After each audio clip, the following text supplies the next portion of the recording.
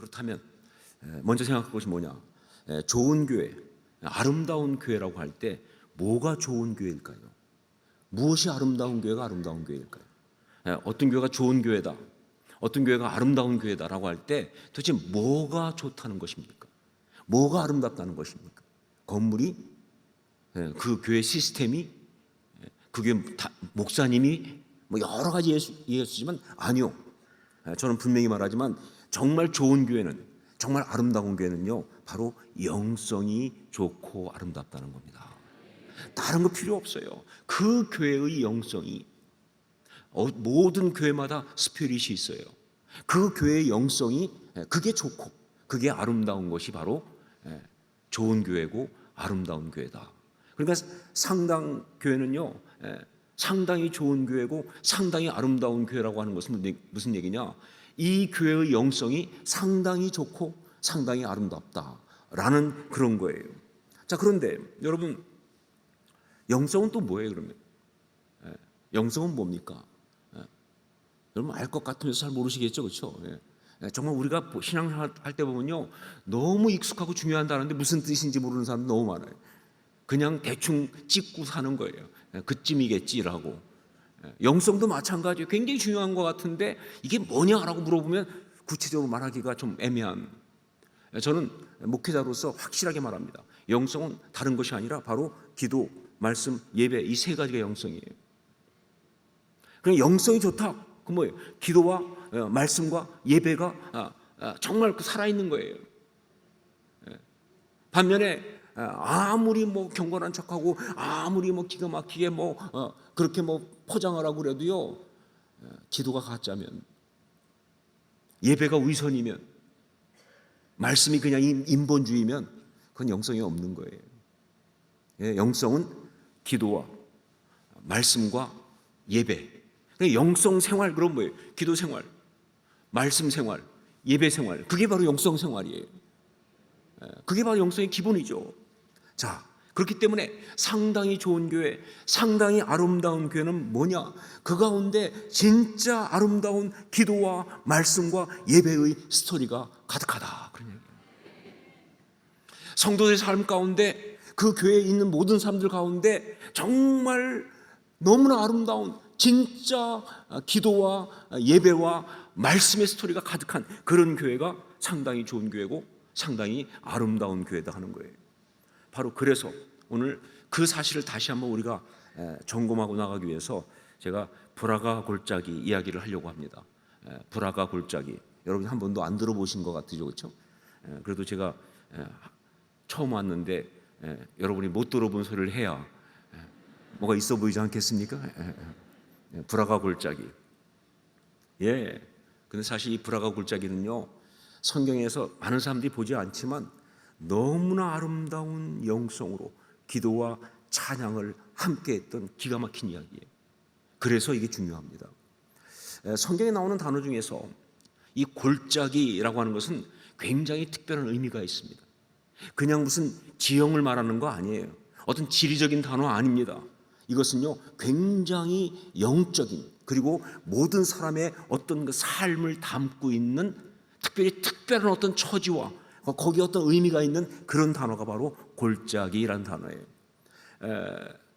좀 더 구체로 말하면 이 골짜기라는 것은요, 인생에 있어서 가장 어렵고 힘든 그런 순간을 표현하는 단어입니다. 요즘 어떠십니까? 골짜기 가운데 있습니다. 무슨 뜻인지 금방 아는 거예요.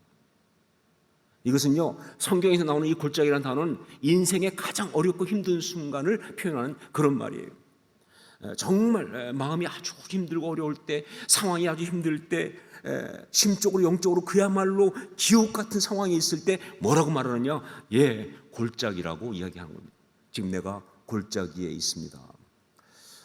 여러분 따질 것 없이 대표적인 것 중에 하나가 뭐예요? 시편 23편에 나오는 사망의 음침한 골짜기 아닙니까? 시편 23편에 사망의 음침한 골짜기로 다닐지라도 하면서 골짜기에 나오잖아요. 그런데 여러분 여기서 알 것이 있어요. 이 사망의 음침한이라고 하는 이 말은요, 골짜기의 어떤 종류를 설명하는 단어가 아니에요. 즉 골짜기, 여러 가지 골짜기가 있는데 그런데 특별히 이렇게 힘들고 어려운 골짜기를 묘사하는 그런 말이 아니에요. 우리 생각할 때는 그 골짜기가 다른 골짜기와 달리 너무 힘들어. 그래서 사망의 음침한 골짜기야 라고 표현한 줄 알고 있지만 아니요. 그 뜻이 아니에요. 그거는 오히려 뭐예요? 모든 골짜기를 설명하는 단어예요. 왜냐하면요, 사망의 음침한 골짜기를 어떤 골짜기 중에 특별히 힘든 골짜기를 말하는 거라고 생각한다면요, 그 반대가 있어야 되는데, 그럼 반대가 뭐냐? 여러분 혹시 들어보셨나요? 성경에 생명의 발랄한 골짜기 들어보셨어요? 어디 그런 게 있습니까? 골짜기 앞에는 생명의 발랄함이 붙지 않습니다. 붙을 수가 없어요. 골짜기는 그런 곳이 아니니까. 그러니까 사망의 음침한이란 말은 골짜기의 속성을 말하는 거예요. 모든 골짜기는 그런 골짜기예요. 사망의 음침한, 그게 골짜기예요. 이걸 또 잘 보여주는 예가 바로 게헨나라는 겁니다. 게헨나. 여러분, 게헨나는요, 그게 흰놈의 골짜기 혹은 흰놈의 아들 골짜기라는 말이죠, 그렇죠? 그게 게헨나입니다. 흰놈의 골짜기 혹은 흰놈의 아들 골짜기. 여기서부터 흰놈이라는 것은 이게 그 사람 이름이지 까만 놈의 반대가 아니에요. 혹시 흰놈 그러니까 까만 놈을 생각하실 수 있는데 절대 그렇지 않습니다. 그냥 사람 이름이 흰놈이에요. 자, 그런데 예루살렘 서남쪽에 있는 골짜기를 말합니다. 그런데 이 흰놈의 골짜기, 이 게헨나가 신약에 와서 12번이나 쓰이는데 다 뭐로 쓰이느냐? 지옥이란 말을 쓰여요. 무슨 얘기냐? 결국 그 당시 모든 사람들이 게헨나 그럼 뭐예요? 지옥이라고 생각한다 그 말입니다. 이게 골짜기의 속성이에요. 왜 그게 게헨나가 지옥이 됐느냐? 물론 그 흰놈의 아들 골짜기 이 게헨나에서 이 어떤 그런 암몬의 우상인 몰록에게 자식을 인신제사하는 그런 아주 악한 짓들이 많았기 때문에 그렇다는 악명 때문에도 그렇겠지만 그 이전에 뭐예요? 골짜기는 원래 지옥이에요. 이 골짜기라는 이미지와 지옥이 그냥 같이 들어온 거예요. 그게 성경이 말하고 있는 골짜기의 어떤 의미입니다. 이것과 비슷한 것이 뭐예요? 아골 골짜기입니다. 아골 골짜기. 아골 골짜기. 여러분, 그 아골 골짜기 뭐예요? 여호수아가 가나안 정복 당시에 범죄한 아간을 돌로 쳐 죽인 골짜기. 그래서 아골 골짜기예요. 아간이 골로 갔다. 그래서 아골 골짜기예요. 그게 아니고요. 그건 유진소 목사 버전이고, 그게 아니고 아골은 괴로움이라는 뜻이에요. 정말 그 골짜기 안에 고통이 가득해. 스토리가. 근데 그게 골짜기예요. 골짜기는 그런 거예요. 그 안에 그런 가슴 아픈 이야기가, 고통스러운 이야기가 가득한 게 그게 골짜기예요. 그래서 그게 지옥 같은 거예요. 성경에 나오는 골짜기는 다 그렇습니다. 여러분, 그렇습니다. 성경을 보면 성경이 분명히 말하는 게 뭐냐? 골짜기는 우리 인생에서 우리가 절대로 가고 싶지 않은 곳이. 이 중에 어떤 사람도 골짜기로 가고 싶은 사람은 한 사람도 없어요. 그게 골짜기예요. 우리가 인생을 살아가면서 절대로 가고 싶지 않은 곳이 골짜기인데, 그런데 사실은 모든 사람이 다 갈 수밖에 없는 곳이, 모든 사람이 다 통과할 수밖에 없는 게 골짜기예요. 이게 정말 힘든 겁니다. 정말 인생을 살면서 행복하려면 절대 가서는 안 되는데, 그런데 모든 사람이 통과하지 않을 수 없는 게 골짜기다 하는 사실이에요. 저는요, 시편 23편 4절 말씀 보다가 굉장히 정말 시험 들 뻔했어요.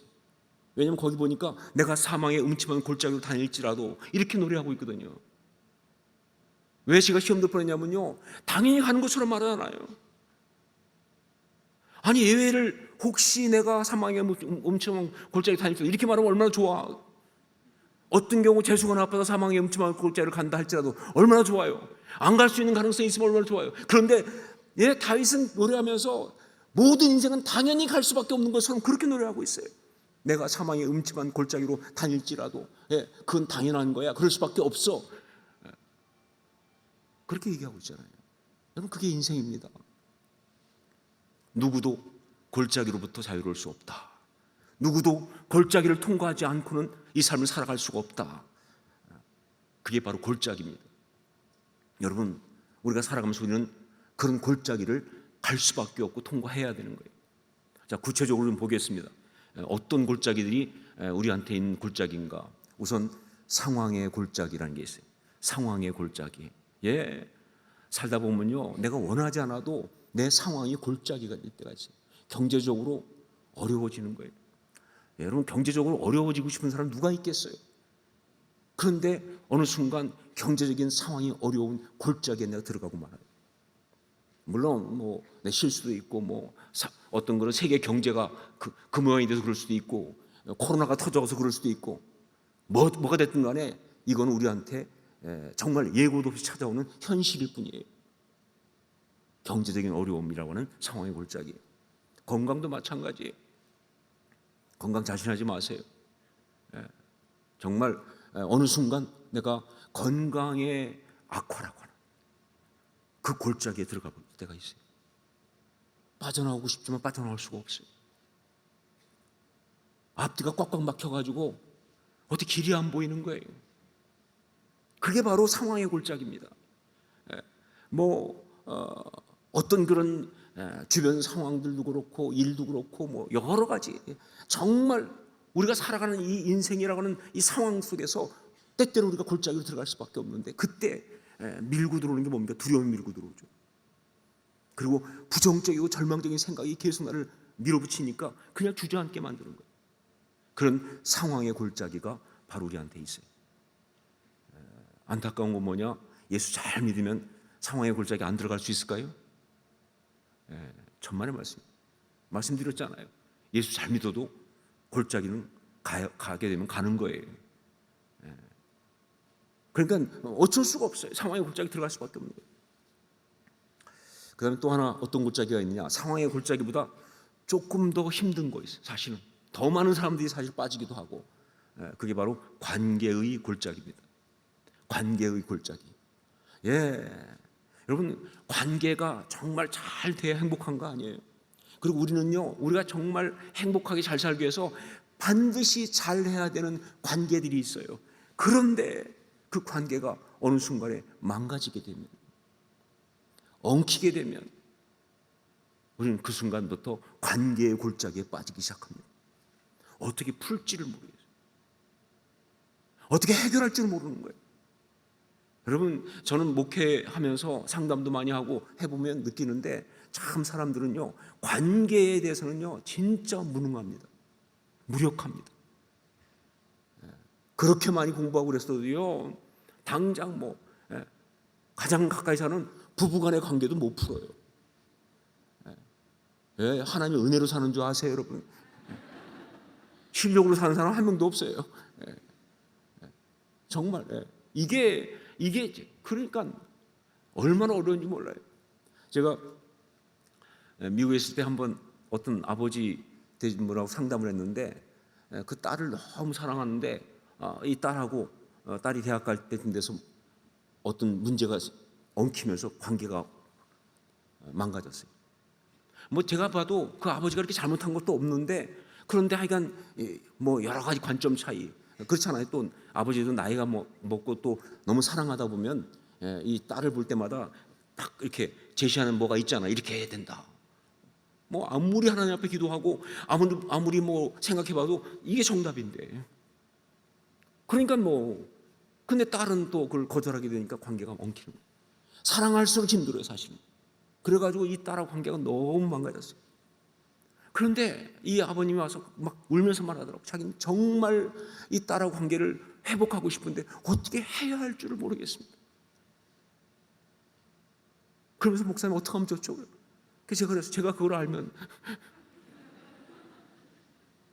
진짜 어렵습니다. 그 골짜기 한번 들어가게 되면요 못 빠져나와요. 대화를 해보겠다고 하면 더 깊이 빠져, 더 망가져. 우리 솔직하게 한번 터놓고 얘기하자. 터놓고 얘기하다가 완전히 원수 되는 거예요. 그러니까 어떻게 풀 줄 모르는 거예요. 방법이 없는 거예요. 이 아버지는 나름대로 그래도 훈련도 많이 받고 굉장히 그래도 좀 준비도 많이 한 사람인데 답이 없어요. 그런 골짜기에 빠진 사람이 너무 많습니다.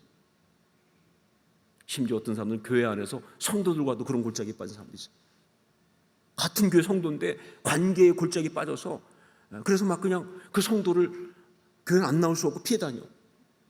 그러면서 하는 얘기가 뭐냐면 다행히 우리 교회는 1부, 2부, 3부 예배가 있어서 효과적으로 피할 수가 있다나. 그게 뭡니까 그게. 아니 같은 성도 지체라면서 그렇게 자기를 힘들게 하는 사람을 그 관계를 풀지 못하고 그러고 도망다니고 있다면 그게 어떻게 신앙생활이에요. 그럴 수밖에 없는 거예요. 왜? 보면 열받는데 뭐, 보면 화나는데 뭐, 싫은 건 어떡하냐 그 말이에요. 짜증나는데 사랑해야 되는 줄 알아요. 말씀을 돼 있어요. 그러나 안 되는 건 어떡하란 말이냐 그 말이에요. 그러니까 뭐 설교를 들을 때마다 괴로운 뿐이죠. 관계의 골짜기는 우리한테 굉장히 어려운 골짜기입니다. 그 다음에 감정의 골짜기가 있어요. 감정의 골짜기. 이건 조금 더 전문적인 부분이죠. 그러니까 우리가 어떤 경우는요, 이 감정이라는 골짜기에 빠질 수 있고요, 이 감정이라는 골짜기를 통과해야 됩니다. 뭐 상황과 연결돼 있고 관계도 연결돼 있지만 결국은 그것이 모이면서 우리 안에 감정의 골짜기를 만들거든요. 저도 좀 한 세마이로 걸려본 적이 있지만 너무 많은 사람들이 심지어 신앙인들 중에서도 우울증으로 고생합니다. 여러분 그 우울증, 그 우울함은요 골짜기예요. 한번 들어가면 아무것도 하고 싶지 않아요. 그냥 삶에 어떤 그런 의욕이 없어요. 그리고 그냥 더 무서운 게 뭐냐면요, 여기서 못 빠져나간다는 확신이 들어. 그냥 여기서 빠져나갈 수 없다는 생각이 들어요. 정말 두려움. 요즘 왜 이렇게 공황장애가 많습니까? 두려움의 골짜기. 절망, 분노, 섭섭함, 소외감, 외로움, 떨쳐볼 수 없는 열등감, 어떤 죄책감, 이런 감정의 골짜기는요, 그야말로 게헨나예요. 그거 지옥입니다. 정말 너무 힘든데 어떻게 할 수가 없어요. 이 마음을 내가 어떻게 하면 좋으냐고 말이에요. 정말 뭐 어떤 때는 주님 앞에 나와서 막 그 문제 가지고 회개하고 기도하고 막 그렇게 해서 된 줄 알았는데 그러다가 또 지나가면 또 그 자리에 있을 때는 얼마나 절망스러운지, 이게 나 못 벗어나나 보다, 난 이거 이길 수 없나 보다, 이 생각이 드는 어떤 감정의 골짜기에 우리가 빠질 때가 있다는 거죠.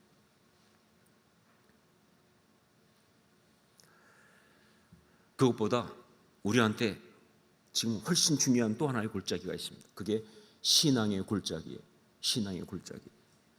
영적인 그런 골짜기를 또한 우리가 통과해야 합니다. 글쎄 모르겠어요. 상당교회 성도들은 안 그럴지 모르겠지만, 그러나 저 자신의 경험을 보면요, 어떤 순간에는요 의심과 회의라고 하는 그런 신앙의 어떤 골짜기에 빠져요. 어느 날 보면요, 용서하고 들으세요, 하나님이 안 계신 것 같아요. 내가 믿는 게 다 헛것처럼 느껴져요. 뭐 신앙생활에서 뭐 하겠어, 그런 생각이 드는 거예요. 목사인데 제가 목사인데 그런 생각이 들어오는, 선생님 모르겠어요. 목사치고 좀 변명치 못해서 그런지 모르겠지만 아닐걸요 아마. 우리가 신앙생활하는 순간 바로 이 골짜기에 빠집니다. 의심과 회의라고 하는. 마귀는요 딱 보고 있다가 틈만 있으면 들어오는 거예요. 그러니까 정말 이거는 피할 수가 없어요. 영적인 무력함의 골짜기에 빠질 때가 있어요. 어느 순간 보면 세상은 너무 커 보이고 우린 너무 작아. 세상의 물질은 너무 강력한데 우리의 이 믿음의 기도는 너무 무력한 거예요. 예, 정말 우리가 그냥 실수로 가끔 내뱉는 말 그대로 기도한다고 무슨 소용이 있겠어? 이런 생각이 든다니까 진짜로요. 아니, 기도한다고 무슨 소용이 있어? 예배한다고 무슨 소용이 있어? 지금 현실은 훨씬 더 강력한데, 세상은 훨씬 더 강력한데, 그 강력한 세상 앞에서 우리는 너무나 무력한데, 저는 또 어떤 때로 보면요, 정말 영적인 공격이겠지만 저는 그 신천지 이단 이만이 나와가지고 인터뷰하는 거 보면서 저 그때 굉장히 시험 들었어요. 아니, 전 신천지 이단은 저 뭔데 저렇게 텔레비전에 나와서 물론 나쁜 쪽이지만 인터뷰도 하나 말이죠. 그리고 막 판을 쳐요. 저희 그 부산에 있는 호산학교가 있는 지금 옛날 성전 있는 자리가 하단에 있는데 거기도 지금도 이제 예배 같이 드리는데 그 앞에 부산 인중에서 가장 강력한 신천지 무슨 장막이라든가 무슨 하여간 뭐가 있어요. 제가 뭐 광고할 일은 없겠고 얼마나 열심인지 몰라요. 그리고 이것들은 얼마나 왜 이렇게 돈도 많아 도대체? 왜 이렇게 많은 사람들이 거기 빠져 있어요? 헌신하고 그리고 막 지나가는데 어느 날 누가 오더니 저한테 뭘 주더라고요. 그것도 목사님들하고 같이 식사하고 나가는데 받아보니까 신천지야. 막 제가 2번 뒤집어졌잖아요. 신천지가 그렇게 목사인 저한테 전도한다는 사실이 너무 뒤집어졌고 자존심 상해갖고 말이에요. 너는 그렇게 보는 눈도 없냐 말이지. 더구나 부목사들 다 있는데 담임 목사님 저한테까지 줬으니 와, 정말 그날 열받은 생각하면 말도 못해요. 그리고 또 한 번 뒤집어진 것은 그 젊은 아이가 그 짓을 하고 있다는 사실이. 아니, 어떻게 했길래 저 인생을 저렇게 만들어 놨냐 말이죠. 이단은 너무 강력한데 우리는 너무 무력한 것 같아요. 세상은 너무 강력한데 우리는 너무 약한 것 같은 그 영적 무력감이라고 하는 골짜기에 우리가 빠질 때가 있어요. 그 다음에 어떤 때는요, 영적인 열정을 다 잃어버린 영적 권태로움의 골짜기에 빠질 때가 있어요. 저는 정말 많은 성도들이 그렇다고 생각합니다. 제가 어떻게 그렇게 할 수 있냐면요, 정말 많은 성도들이 저한테 와서 많이 얘기하는 게 뭐냐면 옛날 얘기를 자꾸 해.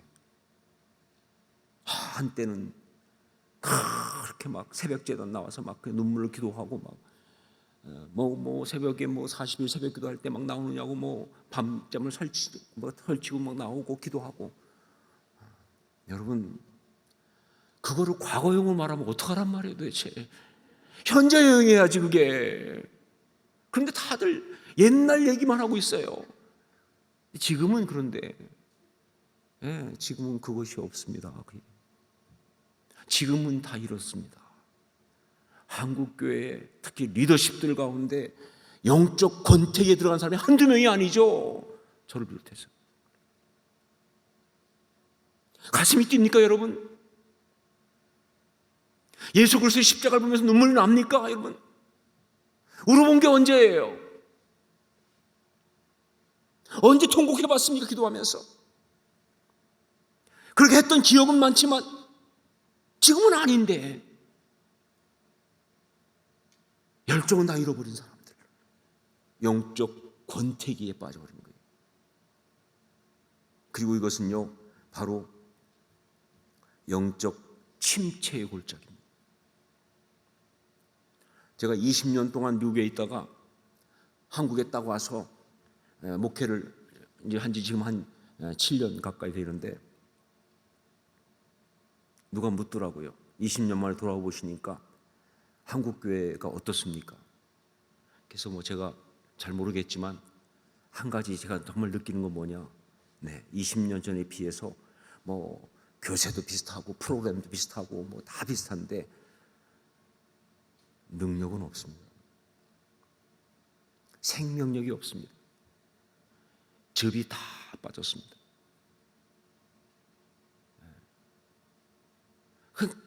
놀랍게 20년 전에 제가 했던 프로그램 다 하고 있더라고요, 여전히. 그런데 그때 그 가슴 뛰던 것은 없이 그냥 한국교회는 지금 정말 무서운 영적 침체의 골짜기에 빠져 있어요. 이것을 아주 가속화시킨 것이 바로 뭐냐? 코로나19예요. 그러지 않아도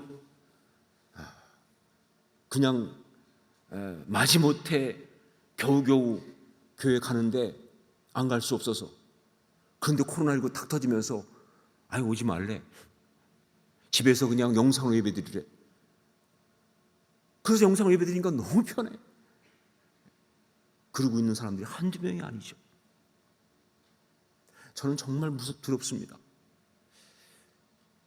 과연 한국교회 성도들이 다시 다 교회로 돌아올 수 있을까? 얼마나 많은 사람들이 그냥 떠나버릴까? 이 영적 침체에 관한 두려움은요, 정말 말할 수가 없어요, 저한테. 영적 침체의 골짜기에 빠져 있어요. 이것이 바로 신앙의 사람들이 빠질 수 있는 골짜기고요, 우리가 정말 빠졌던 골짜기이기도 한 그런 겁니다. 자, 다시 말씀드리지만 그렇습니다.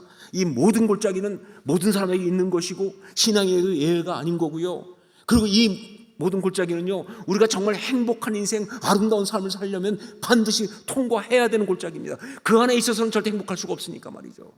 특별히 신앙인들은 정말 더 그렇습니다. 골짜기 들어갈 수밖에 없어요. 그러나 우리가 신앙이라고 한다면요, 진짜 참신앙은 뭐가 참신앙이냐? 이런 골짜기를 통과하는 것이 바로 참신앙이에요. 어떻게 통과하느냐? 하나님의 은혜로 통과하는 것이 바로 참신앙인 줄 믿습니다. 신앙은 그런 골짜기를 통과할 수 있으니까 신앙이에요. 미리 결론을 말씀드린다면 하나님의 은혜 말고는요, 솔직히 그런 골짜기 통과할 수가 없어요. 그러나 하나님의 은혜는요, 뭐가 은혜냐?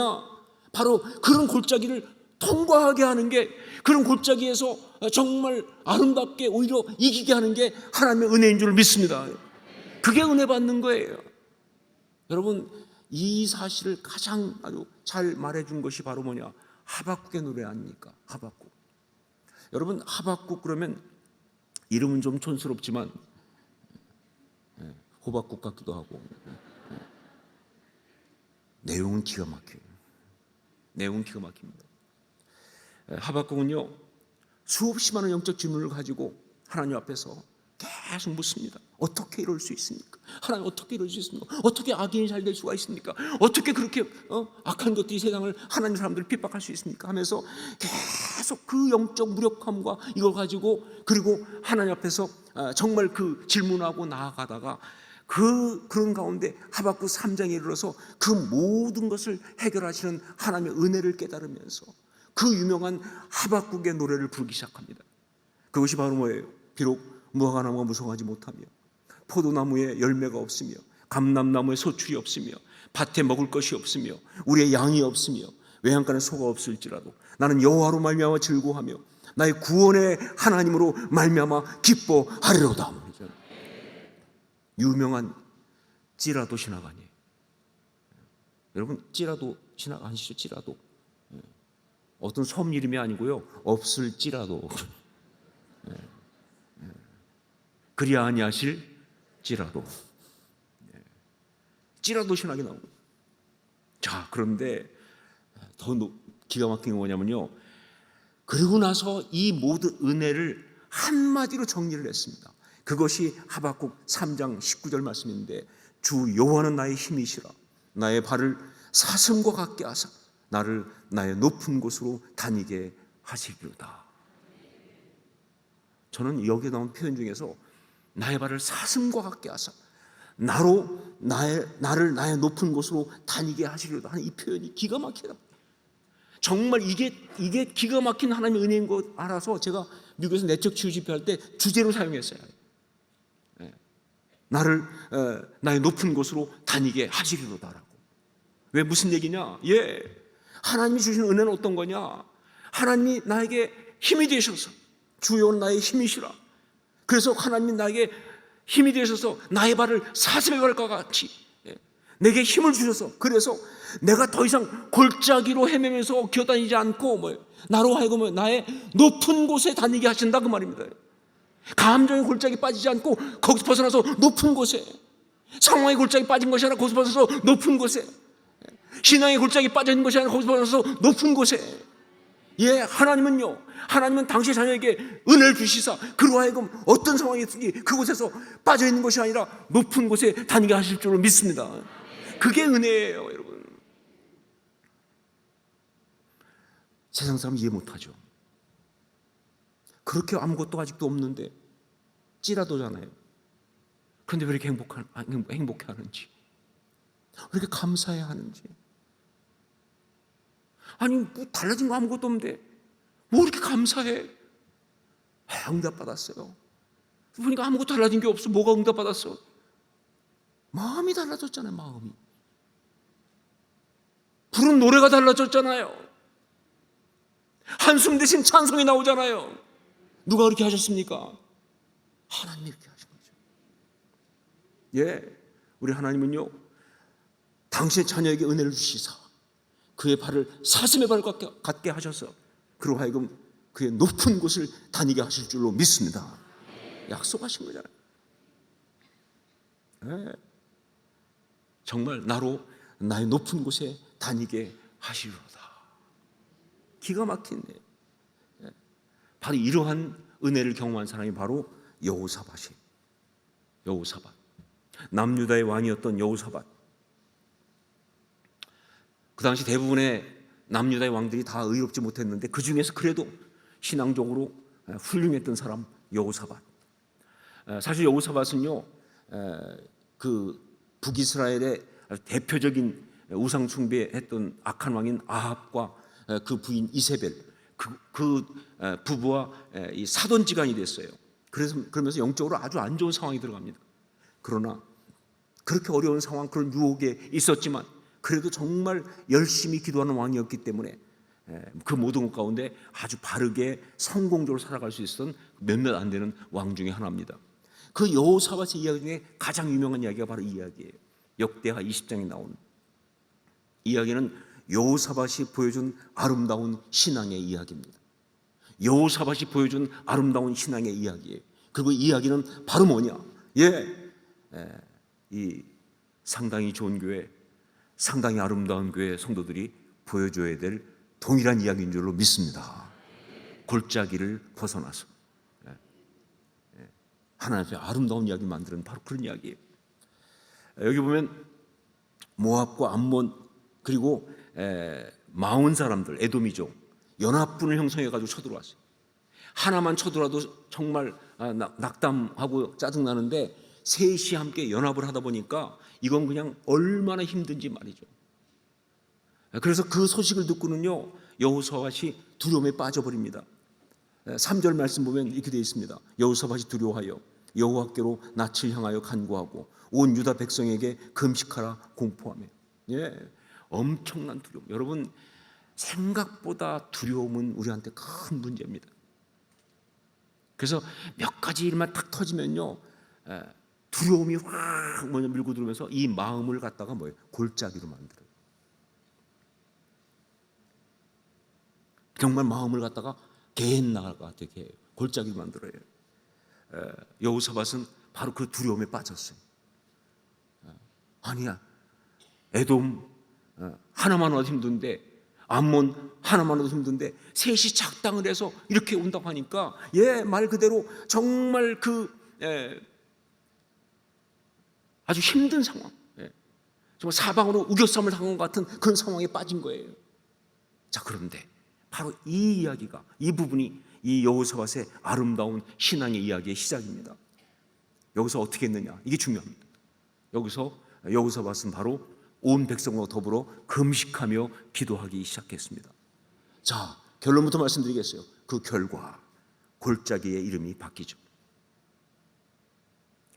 26절 말씀, 여러분 성경 갖고 오셨으면 역대하 20장 26절 한번 같이, 결론이니까 잘 읽어봐야 않겠습니까?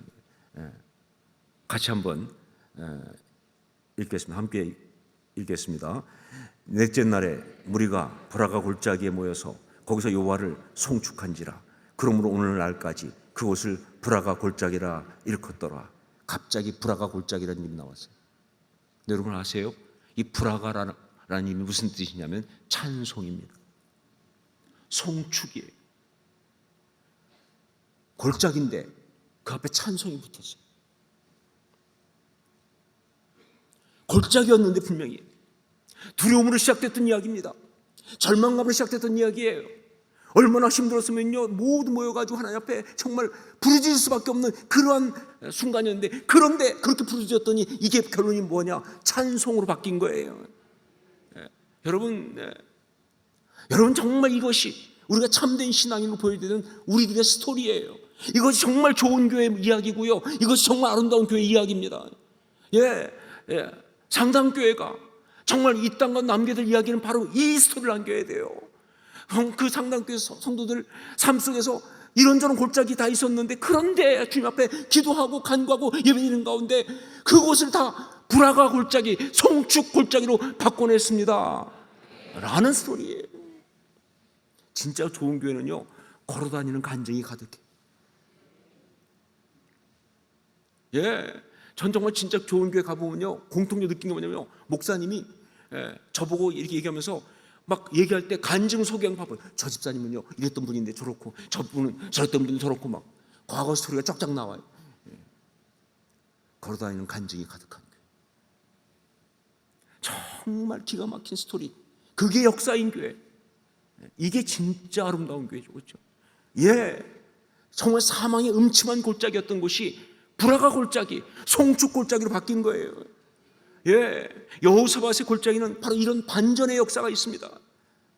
정말 사망의 음침한 골짜기, 그 두려움으로 들어갔었는데 거기서 기도하고, 그리고 정말 하나님을 찬양했더니 이제 뭐예요? 그 골짜기가 바뀌어가지고 오히려 찬송이 가득한 곳, 찬송이 가득한 골짜기가 된 거예요. 이게 정말 중요한 거예요. 여러분, 우리의 신앙은 이런 역사를 이룰 수 있다는 걸 믿으십니까, 여러분? 전 정말 누구와도 말할 수 있어요. 우리 신앙은 바로 이렇게 놀라운 반전을 일으키는 능력이 있음을 믿습니다. 이게 십자가 역사입니다. 그게 우리 신앙이에요. 자, 어떻게 여호사밧은 사망의 골짜기를 송축의 골짜기가 되게 했을까? 그의 신앙에 어떤 것이 그런 역사를 일으켰을까? 다른 게 아니라 기도죠. 여러분, 때때로 정말 안타깝게 우리 신앙인들이 우리 스스로 우리 기도에 대해서 너무 하찮게 여겨요. 전 정말 그게 너무 속상합니다. 아니요, 우리의 기도는요 위대한 겁니다. 놀라운 겁니다. 그런데 많은 사람이 자신의 기도에 대해서 그렇게까지 별로 신뢰하지 않아요. 심지어 제 앞에 와서 이렇게까지 말하는 사람도 있어요. 제가 기도한다고 되겠습니까? 정말 저도 뒤집어지고 하나님도 뒤집어지시는 순간이에요. 어디 그런 비신학적인 얘기가 있어요 도대체? 아니, 기도가 그렇게 아무것도 아니에요, 여러분. 기도나 해주세요.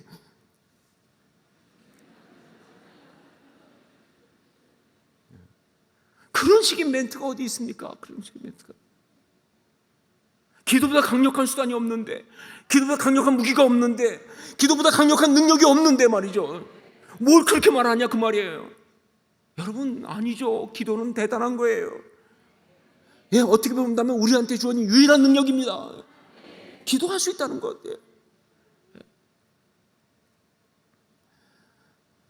찬송가 370장 보면 주 안에 있는 나에게 딴 근심이 있으랴 찬송이잖아요, 그렇죠? 2절 가보면 기가 막히게 이렇게 얘기하고 있습니다. 그 두려움이 변하여 내 기도 되었고 전날의 한숨 변하여 내 노래 되었네. 프로세스가 쫙 맞아. 보세요. 그 두려움이 변하여 내 기도 되었고, 그 두려움의 골짜기에 들어갔을 때 그때 거기서 봐야죠. 그냥 두려움에 벌벌 떨면서 망했다 죽었다 이러고 있는 것이 아니라 기도하기 시작하니까. 여호사밧처럼 말이죠. 암몬, 모압, 에돔이 연합군이 오니까 어떻게? 그러니까 모여가지고 말이죠.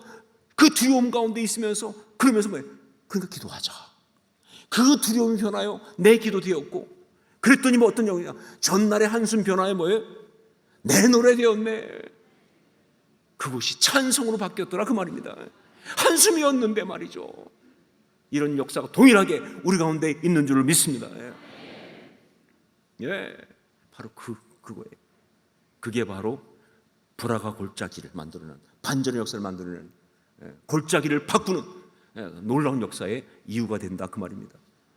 자, 그런데 이렇게 골짜기를 바꾸는 그런 기도, 어떤 기도를 할 것이냐? 뭐 당연히 모든 기도가 다 해당되지만 특별히 중요한, 제가 이 상당교회까지 왔기 때문에 이 중요한 노하우를 공개 안 할 수가 없어요. 웬만한 곳에 간 잘 안 푸는 이야기지만 여러분들한테는 제가 특별히 정말 주께서 주시는 마음의 감동을 풉니다. 두 가지 기도가 중요해요. 다른 기도도 다 중요하지만 특별히 두 가지의 기도를 하면요, 이건 그냥 백발백중이야. 이건 즉효입니다. 두 가지. 약간 약 파는 느낌이 나죠, 그렇죠? 뭐 어차피 구약 신약 뭐 다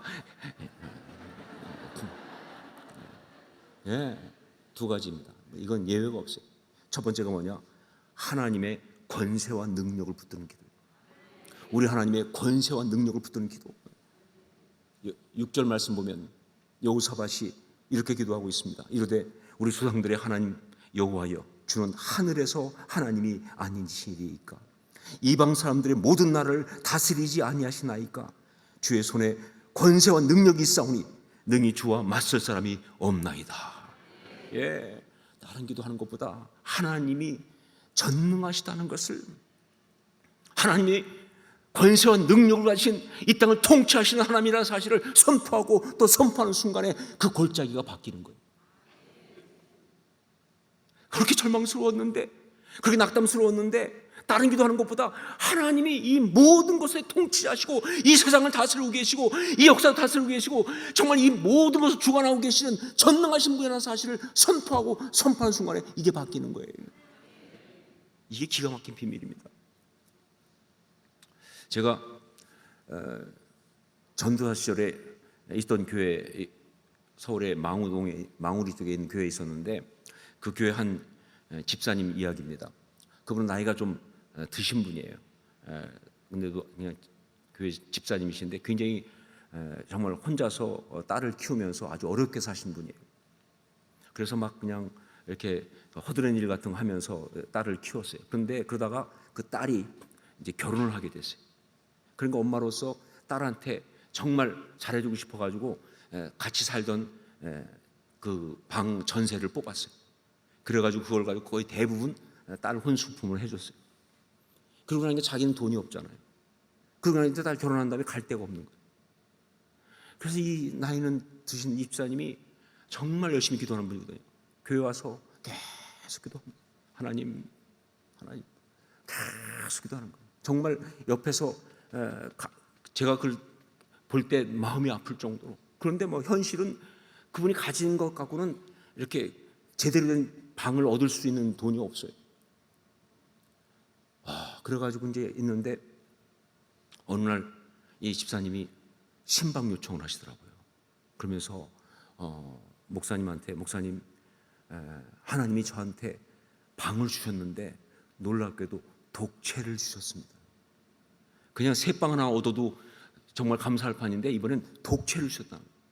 그랬다고 목사님 신방 와달라고. 그래서 가봤더니 독채는 독재더라고요. 그 집인데 집 밖에 이렇게 보일러실 같은 거 따로 있는 옛날 스타일의 집, 그 보일러실을 방으로 개조한 그 방을 얻은 거예요. 그게 어떻게 또 굉장히 싸게 나와가지고 안 나가서 그런지 하여간 좁으니까 그걸 얻어. 그러니까 독채는 독채죠. 그래서 거기서 예배드리는데 얼마나 방이 좁은지 목사님하고 저하고 그분하고 이마가 닿았어요. 그래도 뭐 너무 감사한 거예요. 막 그분은 정말 눈물. 그래서 끝나고 났는데 그분이 그러는 거예요. 제가 간증할 게 하나 있어요. 그게 뭡니까? 그랬더니 자기가 이 방을 주셨는데 하나님이 너무 감사해서 그래서 자기가 앉아가지고 찬송을 쭉 부르면서 예배를 혼자 드린 거예요. 그래서 막 기도하며 너무 감사하니까. 그런데 막 하다 보니까 막 너무 감사하니까 막 더 커졌겠죠. 갑자기 밖에서 똑똑 누가 두드리더래요. 그래서 보니까 주인 아줌마가 왔다고 오더니 아주 차가운 목소리로 아주머니, 제가 보니까 교회 다니시는 것 같은데 저는 절에 다니는 사람입니다. 그러니까 한 집안에 신이 둘이 있으면 집안이 망하는 거 아시죠? 그러니까 그렇다고 주인인 제가 나갈 수 없으니까 아주머니가 다시 나가세요. 이렇게 된 거예요. 그 순간 이 집사님이 조금도 흔들리지 않고 그 여자 집주인한테 그랬다는 거예요. 아주머니 걱정하지 마세요.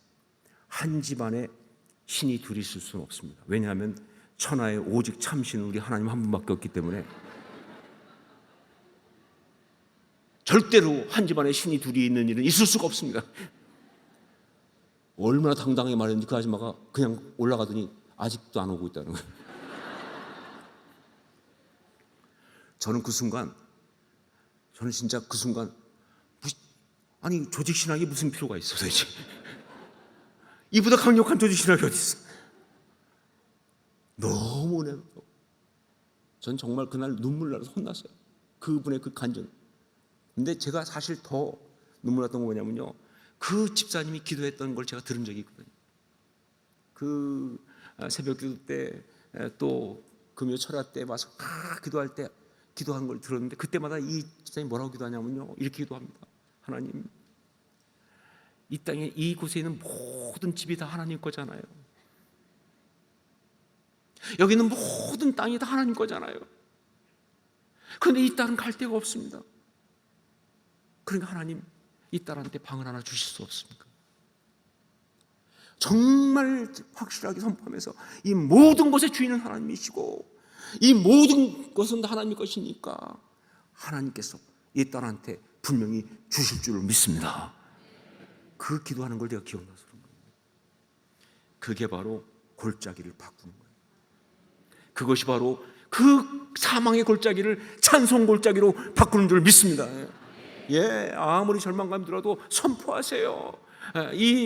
우리 가정에, 내 인생에, 우리 회사에, 이 모든 세상의 주인은 하나님이신 줄 믿습니다. 하나님이 통치하신 줄 믿습니다. 심지어 나를 괴롭게 하고 힘들게 하는 자가 온다 할지라도 분명히 말하세요. 하나님이 너한테 해할 권세를 주지 않았으면 넌 절대 나 손댈 수 없다. 그리고 하나님께서 만약에 너한테 그렇게 하게 했다고 한다면 뜻이 있으실 줄 믿습니다. 하나님의 권세를 붙드는 기도, 하나님의 권세를 붙드는 기도. 예, 정말 그냥 무식하게 선포하세요. 무식하게 그냥 또 선포하고 또 선포하세요. 여러분, 시편에 왜 그렇게 많은 사람들이 하나님 전능하시면 노래하고 또 노래하는 줄 아세요? 예, 그것이 바로 골짜기를 바꾸는 사건이거든요. 찬송이 되게 하신 줄 믿습니다. 찬송이 되게 하신 줄로. 이게 첫 번째 우리가 기도해야 될 제목이에요. 두 번째, 또 하나, 하나님의 권세와 능력을 붙들고 기도하는 것뿐만 아니라 또 하나 정말 중요한 게 뭐냐, 하나님이 우리를 사랑하신다 라는 사실을 붙들고 있어요. 하나님의 사랑을 붙들고 기도해야 되는 거예요. 7절 말씀 보면 이렇게 되어 있습니다. 우리 하나님이시여, 전에 이 땅 주민을 주의 백성 이스라엘 앞에서 쫓아내시고 그 땅을 주께서 사랑하시는 아브라함의 자손에게 영원히 주지 아니하셨나이까. 여기서 주께서 사랑하시는 아브라함에게 자손에게, 이게 주제예요. 이게 중요한 포인트예요. 네, 하나님 우리를 사랑하신다. 하나님 우리를 사랑하신다. 이 사실을 붙들고 기도하면요, 골짜기가 바뀌는 줄 믿습니다. 아무리 힘든 상황도요, 다 바뀌는 거예요. 찬송이 되게 하는 거예요. 예, 마귀가 아무리 하는 말을 와서 속삭여도 우리를 향한 우리 하나님의 사랑을 결코 막을 수 없습니다. 바로 그 사랑을 우리가 붙들고 그 사랑을 의지하면서 기도해야 하는 거예요. 그게 십자가의 능력이죠. 혹시 상황이 바뀌지 않고 내가 원하는 대로 되지 않고 정말 모든 것이 망가지고 엉클어진다고 해도 여러분, 절대로 그것이 하나님이 나를 사랑하시지 않는다는 이야기는 아니에요. 근데 마귀 그놈은요, 그 건수만 있으면 그냥 놓치지 않고, 하여간 제가 정말 이런 표현이 그럴지 모르지만 제가 지금까지 아는 중에서 가장 성실한 놈이 마귀예요. 놓치는 법이 없어요.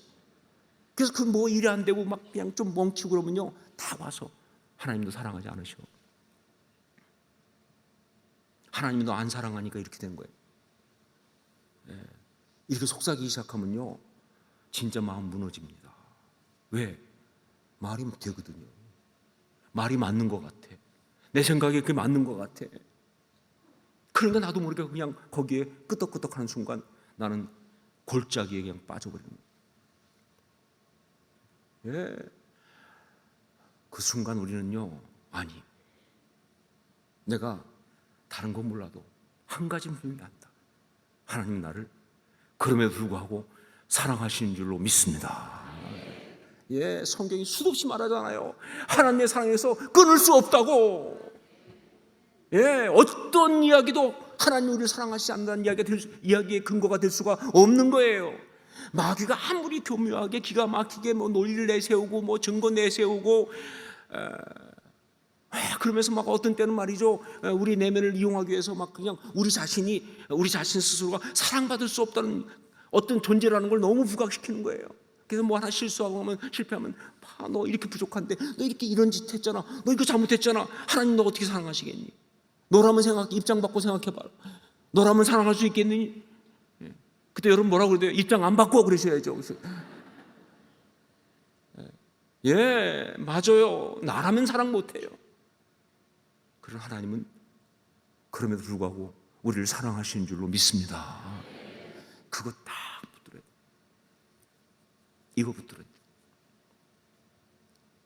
여러분, 로마서 8장 마지막에 바울 사도가 피토하면서 말하는 게 그 얘기 아닙니까? 어떤 것도 하나님의 사랑에서 끊을 수 없으리라 말이죠. 환난이나 기근이나 핍박이나 모든 것 막 그냥 막 진짜 올라오는 대로 선포하면서 어떤 것도 하나님의 사랑에서 우리를 끊을 수 없을 것이다 라고 얘기하지 않습니까? 바로 그것을 붙들고 기도하는 것, 이게 또 하나의 비밀이에요. 여러분, 딱 두 가지입니다. 하나님의 권세와 능력을 선포하면서 기도하는 것. 어떤 경우에도, 세상이 아무리 커 보여도, 상황이 아무리 답답해도 그냥 고장난 죽음이처럼 계속 선포하세요. 하나님의 권세, 전능하심을, 하나님의 권세를. 그리고 또 하나 뭐예요? 하나님 우리를 사랑하신다는 것을. 내가 부족할수록 그 사랑은 더 감격적이잖아요. 이런 나도 여전히 사랑하시니까 말이죠. 그 사랑을 붙들고 또 붙드는 거예요. 이 두 가지가 바로 골짜기를 바꿔요. 제가 2000년도에 하와이에 가서 DTS를 했는데, YM에 사는 CDTS라는 걸 받았습니다. 그런데 그때 제가 CDTS 전체 받으면서 정말 가장 큰 은혜를 받았던 것 중에 하나가 이 맷 롤린스라고 하는 저하고 굉장히 친하게 된 그 스피커가 강의 중에 얘기한 자기 간증 같은 이야기예요. 이 매트 롤린스는, 매트는요 형이 있어요. 근데 형이 정말로 신앙이 좋은, 아주 열심히 신앙생활하는 그런 너무 자기가 좋아하는 형이었어요. 그래서 결혼해서 아이들도 둘이 있고 그 부인도 또 열심히 같이 부부가 잘 믿고 있는데, 어느 날 형이 피부암에 걸렸습니다. 암 중에도 고약한 암이죠. 너무 아프고 너무 힘들고, 더군다나 그 어린 자식들은 어떻게 하면 좋아요? 가정을 어떻게 하면 좋습니까? 정말 그렇게 하나님 열심히 믿었는데, 그렇게 열심히 하나님 섬겼는데 이게 뭡니까 싶은 생각이 막 수도 없이 들어오는 거죠. 그런데 매트의 고백에 의하면 자기 형은 그 아픈 기간 동안 오히려 해처럼 빛이 났다는 거예요. 자기가 기억하는 가장 아름답고 정말 존경스러운 신앙의 모습으로 그렇게 그 시간들을 이겨냈다는 거예요. 그러면서 피부암 그 투병하다가 결국은 하나님 앞에 부름 받았는데 어떻게 그럴 수 있었느냐? 그 형이 날마다 붙들고 기도했던 딱 하나의 문장이 있었다. 그 문장을 소개해 주는데 그게 정말 제 가슴에 팍팍했어요. 항상 어떤 기도했냐면 딱 한 문장. My God is big enough and good enough라고 표현. My God, 내 하나님은 is good enough. 충분히 좋으시고 그리고 big enough. 충분히 크시다. 그러니까 하나님이 능력이 없어서 나를 갖다가 지금 이 고통에 빠뜨리시는 거 아니고 하나님이 나를 사랑하지 않으셔서 그런 것이 아니라 내가 이해할 수 없지만 나는 분명히 믿는다. 내 하나님은 충분히 크시고 big enough 그리고 정말 충분히 좋으시다. 나를 정말 사랑하신다. good enough. 난 이거 믿습니다. 이걸 붙들고 기도하면서 그 고통스러운 시간을 그렇게 아름답게 신앙으로 이기고는 하나님 앞에 부름받은 그 이야기. 예, 바로 그 My God is big enough and good enough. 이게 바로 여호사밧의 기도 얘기 아닙니까? big enough. 권세를 붙들고 하나님의 권세를. 그리고 good enough. 그 사랑, 나를 사랑하시는 사랑을 붙들고. 여러분 선포합니다. 어떤 이야기를 들고 나와서 어떤 식으로 공격해도요, 이건 변하지 않는 진리인 줄 믿습니다. 우리 하나님은요 충분히 크시고 우리 하나님은요 충분히 좋으신 분이에요. 그러니까 능력이 없어서 우리를 못 도우시는 거 아니에요. 그러니까 사랑하지 않아서 우리를 도우시지 않는 거 아니에요. 다만 지금 내가 나의 눈으로 이해할 수 없지만 뜻이 계신 줄을 믿습니다. 더 놀라운 게 뭐냐면요, 그런 기도를 하게 되면요, 그 매트 형이 보여준 것처럼 이미 그 골짜기를 바꾼 거예요. 이미 골짜기를 바꾼 거예요. 여호사밧도 마찬가지입니다. 나중에 전쟁을 해가지고 무슨 적들이 자기들끼리 막 치고 바꾸고 그러다 다 망하고 그렇게 승리해서 그래서 브라가 골짜기 된 것이 아니에요. 전 분명히 믿지만 하나님 앞에 정말 그 골짜기 같은 속에서 손을 들고 기도하기 시작하는 순간 이미 골짜기는 바뀐 줄로 믿습니다. 여기가 바뀌니까. 여기가 바뀌니까. 여기가 바뀌니까. 여러분 응답은요 여기서부터 오는 거잖아요. 상황이 아니잖아요. 여기서부터 오잖아요. 내 마음에 세상이 줄 수 없는 평강이 오잖아요. 먼저요. 상황이 풀리고 오는 게 아니에요. 평강이 오고 상황이 풀리는 거죠.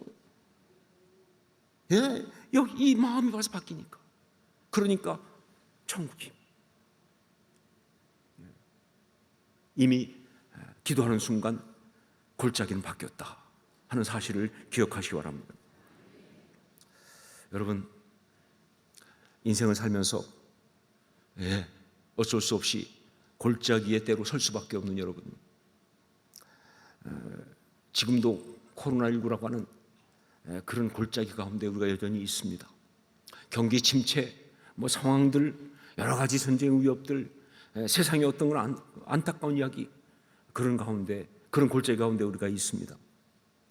무엇보다 영적 침체라는 그런 골짜기 가운데 지금 한국교회가 우리가 있습니다.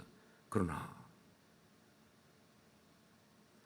우리가 정말 참 신앙의 삶이라고 한다면 우리에게 주신 이 주님의 은혜, 그 십자가의 그 능력을 우리가 의지한다면 이 골짜기가 찬송으로 가득 찰 줄로 믿습니다. 아니, 우리는 그렇게 만들어야 될 책임이 있어요. 우리는 그렇게 만들어야 될 사명이 있는 줄로 믿습니다. 그게 진짜 좋은 교회니까, 그게 진짜 아름다운 교회니까, 그것이 바로 상담교회이기 때문에 이 사실을 주의 이름으로 선포합니다. 사랑하는 주님, 정말 주님 주신 말씀 그대로 너무나 좋은 교회, 너무나 아름다운 교회인 이 상담교회를 주님 앞에 올려드립니다. 정말 여러 가지 상황들이 힘들고 어려운 가운데 있지만 그러나 그 주님의 십자가를 바라보는 그런 신앙으로, 주 앞에 기도하는 그런 마음으로, 우리 하나님의 주권을 선포하는 그런 믿음의 고백으로, 하나님 우리를 사랑한다는 사실을 선포하는 그 아름다운 믿음으로 그 모든 상황을 바꾸는 찬송 골짜기가 되게 하는 그런 귀한 성도들, 그런 귀한 교회가 되게 하여 주시옵소서. 세상이 이기는 것처럼 보이지만 절대 그럴 수 없습니다. 하나님의 사람들이 이기는 것을 믿습니다. 승리한 우리가 되게 하여 주시옵소서. 아니, 이미 승리한 것을 선포하게 하여 주시옵소서. 이 지역뿐만 아니라 한국교회를 바꿀 수 있는 귀한 교회가 되게 도와주시고, 그런 아름다운 믿음의 선포를, 그런 영적 무브먼트를 일으킬 수 있도록 역사하여 주시옵소서. 감사를 회복하기 원합니다. 우리도 모르게 놓쳤던 감사를 회복하기 원합니다. 영성을 회복하기 원합니다. 능력을 회복하기 원합니다. 참 아름다운 신앙의 이 기쁨을 온전히 다시 한번 회복하기 원합니다. 역사하여 주시옵소서. 그런 영적 용사로 한 사람 한 사람 세워주시고 붙들어 주시옵소서.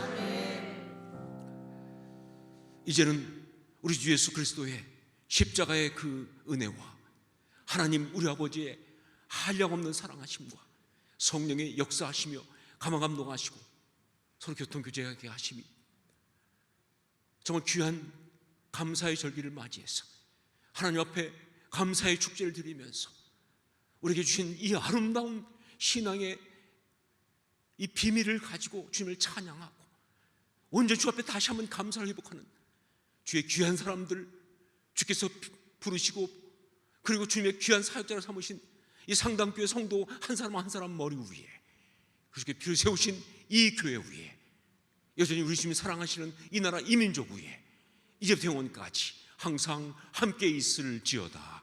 아멘.